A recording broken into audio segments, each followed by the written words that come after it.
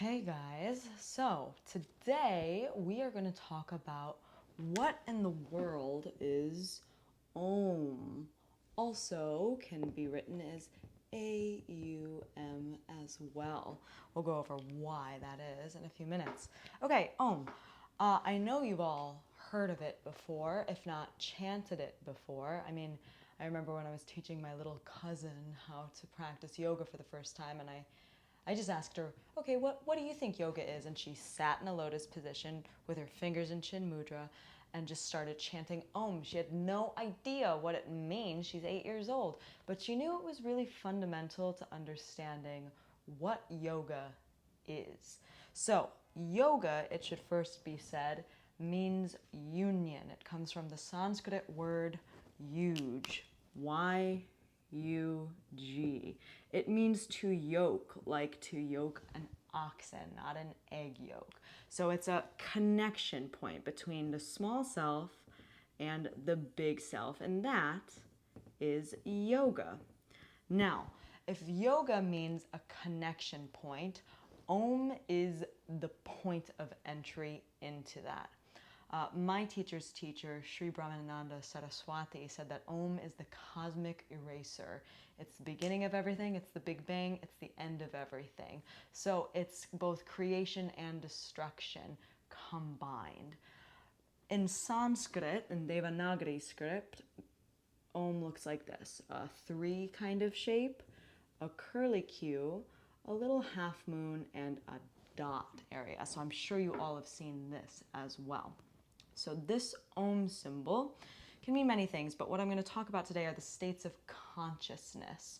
So this 3 is Jagrat. Jagrat is our waking state of consciousness, which I assume you're in now. This little curly Q to the side here represents Swapna. Swapna is dreams. So you know all what a dream is, but how you have some sort of sense of selfhood in it, but you're not attached to your body. In this, you're attached to your body, this Jagrat waking state. This little half moon here, Shushupti. Shushupti is deep sleep. So you are still connected to your body. You are not conscious of it. You also have no sense of selfhood because you're in very deep sleep. So you have no connection to body or mind.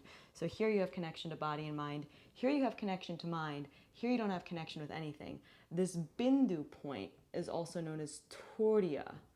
Turiya is the stateless state. And that means that you no longer have a body, you no longer have a mind, you're not even connected to it like you are in deep sleep, right? Your consciousness still has an inhabiting point when you're in deep sleep. This Turiya is what is said to be known as the source. So you die, and then you go and rejoin with the source, or at least that is the mythology and the lore within the Vedic system, which spawned Hinduism, Buddhism, Jainism, and yoga. So why do we chant this to remind ourselves? Well, it is a reminder that this little guy, this tiny self, is eventually going to go back to this big self, or this nothing sense of selfness. The Buddhists call it shunya, emptiness. It's just emptiness. There's nothing there. It's vacuous.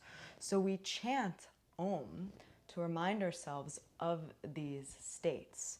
We start with the ah sound. That's the Jagrat. It's very low in the body, resonating wise. So you can even try it if you put your hand on your chest and you intone an ah. So ah, you can feel it vibrating around in your chest. It's lower energy that is connected to waking, of having a body and having a mind and being conscious within that. The U is representative of the swapna, the dream. It's a little bit higher. It's more of the mind. You're not really aware of your body while you're dreaming. So put one hand on the side of your neck, and we're going to intone U. So take a deep breath in and chant U. Ooh. so you can feel as you chant, the vibrations are moving up the body. That's not a woo-woo vibration thing, like you can feel it. The sound is representative of this deep sleep, which is still a connection of the consciousness to the body-mind, but no sense of awareness of the body-mind. So you'll take your hand on top of your head and you're going to intone an sound. And we're going to go all the way through this time because at the end, I want you to feel what happens when you stop intoning the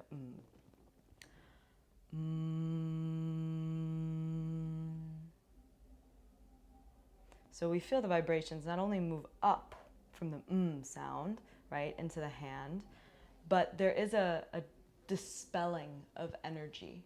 And that dispelling of energy, that unstruck, soundless vibration, is what Turiya is representative of. So in that chanting of the Aum sound, we have the 4 states that, at least in, like I said, Vedic mythology and literature, the Rig Veda, it is representative of the 4 states according to that school of thought, that philosophical system. So that is what we are really bringing into mind when we are chanting Om. You don't have to necessarily be thinking about Jagrat as you're chanting Om, right? Like you're a human being. When I chant Om, for me, it's a reminder that something is starting and something is ending. It's an initiation into a practice. So let's chant Om once and see how you feel. So close your eyes, rest the hands on the lap, sit up tall, and take a deep breath in. And exhale, let it go. Inhale.